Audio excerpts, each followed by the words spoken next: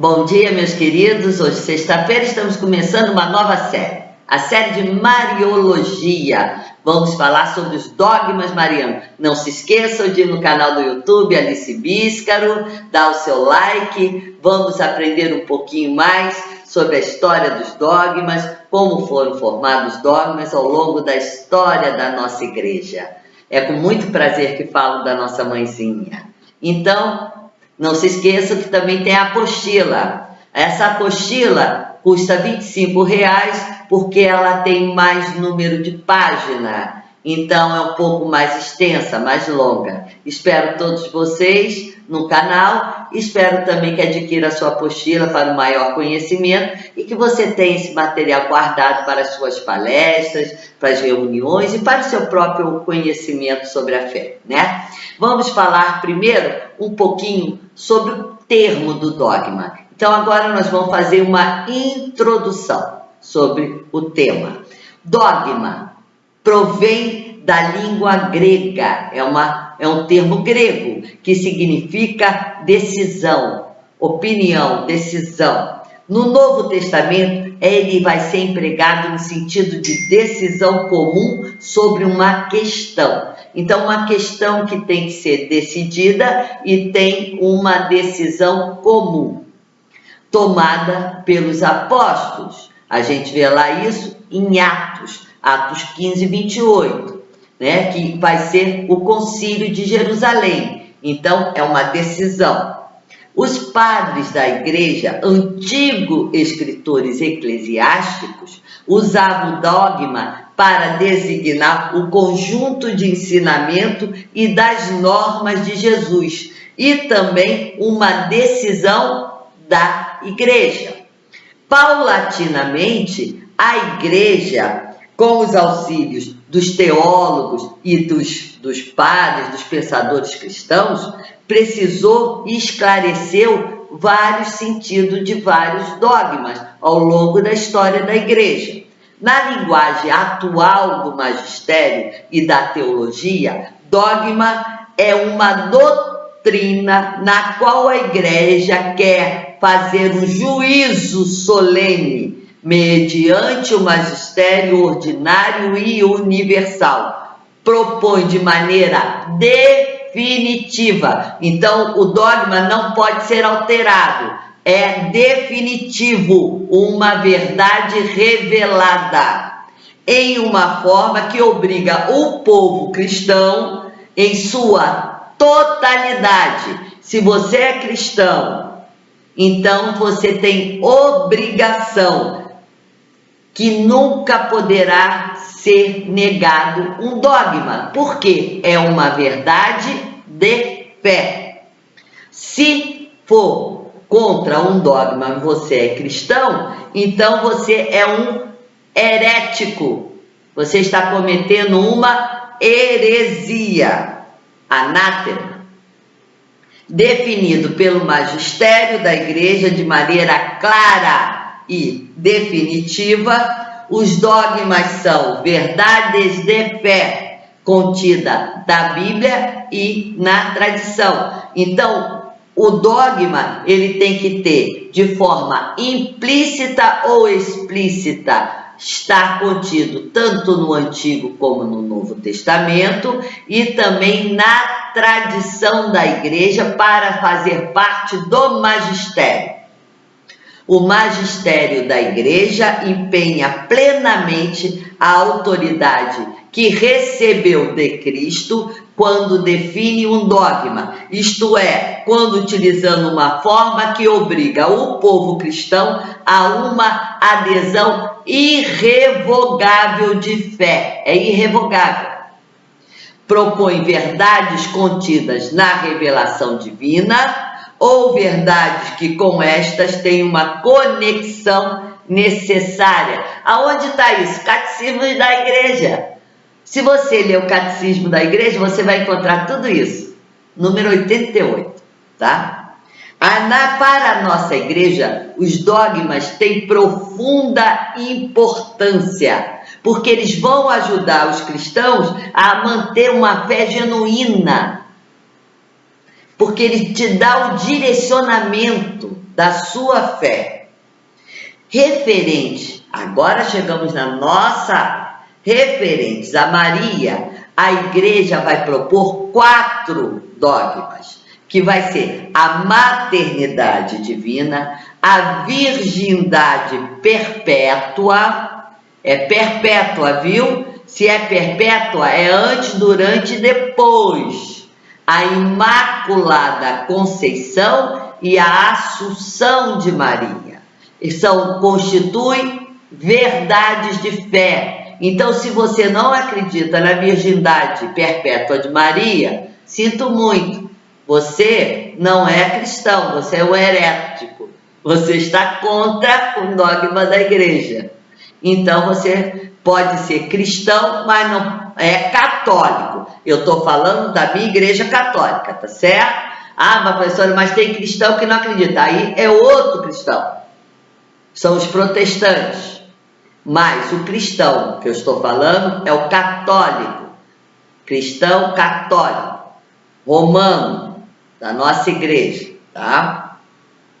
Vamos ver agora um pouquinho de Maria como uma figura bíblica. As referências à mãe de Jesus não aparecem muito numerosas. São em torno de 50 versículos, mas tem uma grande expressividade, encerrando os germes de toda a Mariologia. A providência parecia querer preservar o recato de Maria, deixando sua glorificação terrestre para depois de sua começada caminhada celeste.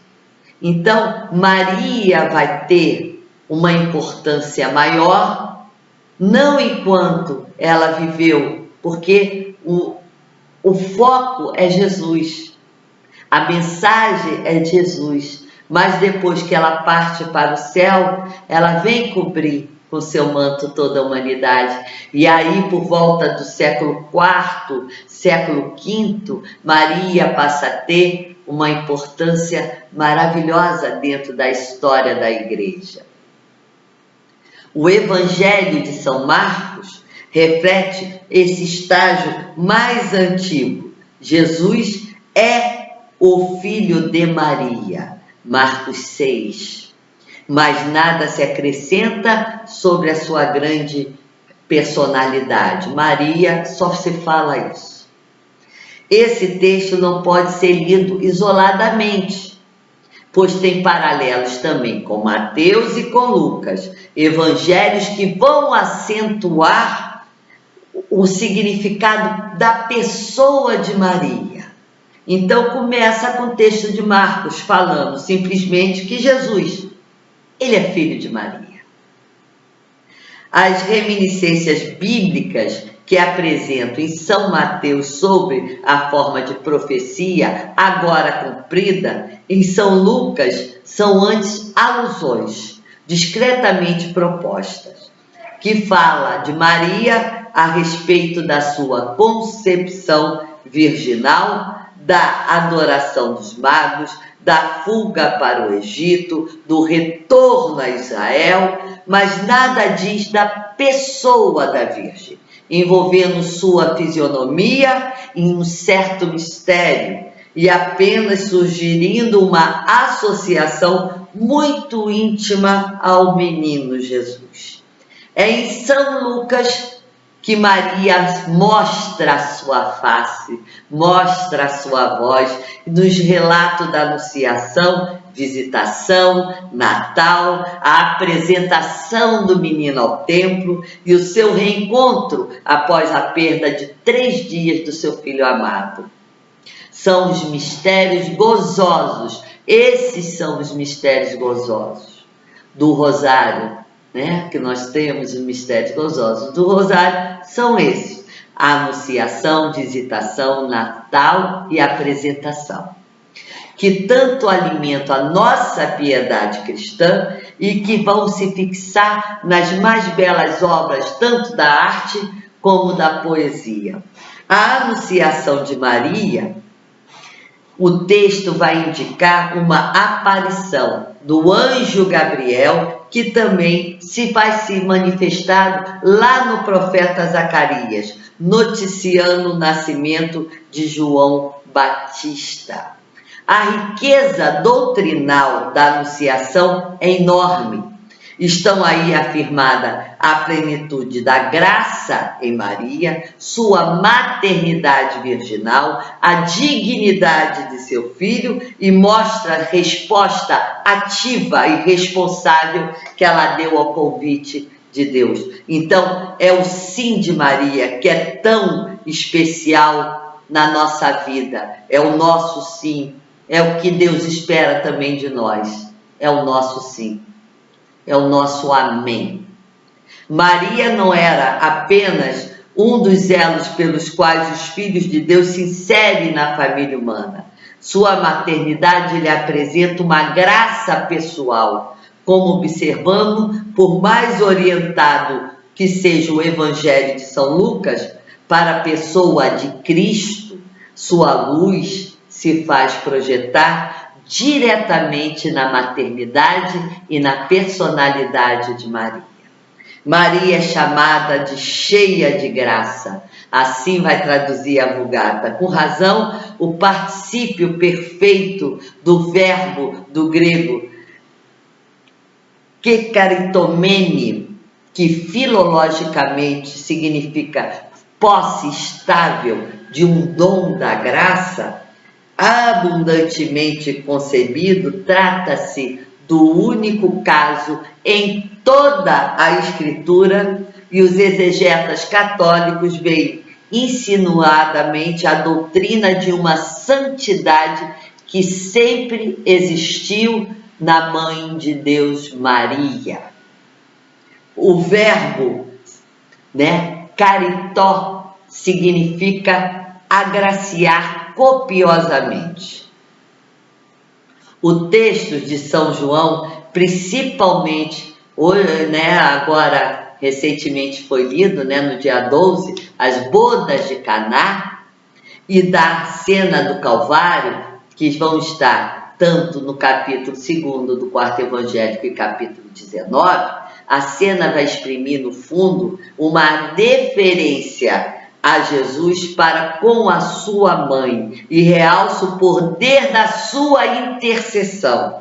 Este milagre no Evangelho de João tem significado típico, a passagem da antiga aliança para a nova aliança, a lei para o Espírito, o advento da igreja.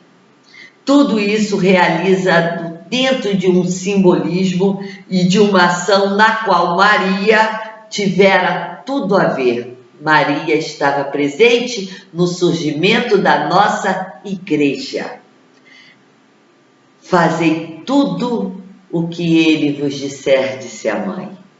Então isso ela já estava profetizando o que toda a humanidade deve fazer. Tudo o que ele vos disser. As palavras que aparecem repetir uma fórmula usada pelo povo de Israel para sancionar a aliança no Sinai ou para renovar as obrigações ali assumidas, que a gente vai ver em Êxodo, no livro de Esdras e Neemias. Maria agora nos dá também essa aliança com Jesus, para ser renovada dentro da nossa fé, dentro da nossa igreja. Tão lindo essa passagem. Que Deus nos conserve fiéis a Jesus. Que nós consigamos a cada dia dar o nosso sim, o sim de vida, o sim de alegria, o sim de esperança. Maria nos dá essa esperança, nos dá esse conforto, nos dá esse amor para que possamos viver um caminho de dificuldade que a vida nos traz. Nós estamos vivendo esse momento tão difícil, de tanta dificuldade, mas com Maria nós conseguimos superar, porque ela é mãe, ela nos escuta, ela nos abraça, ela nos cobre com seu manto de amor.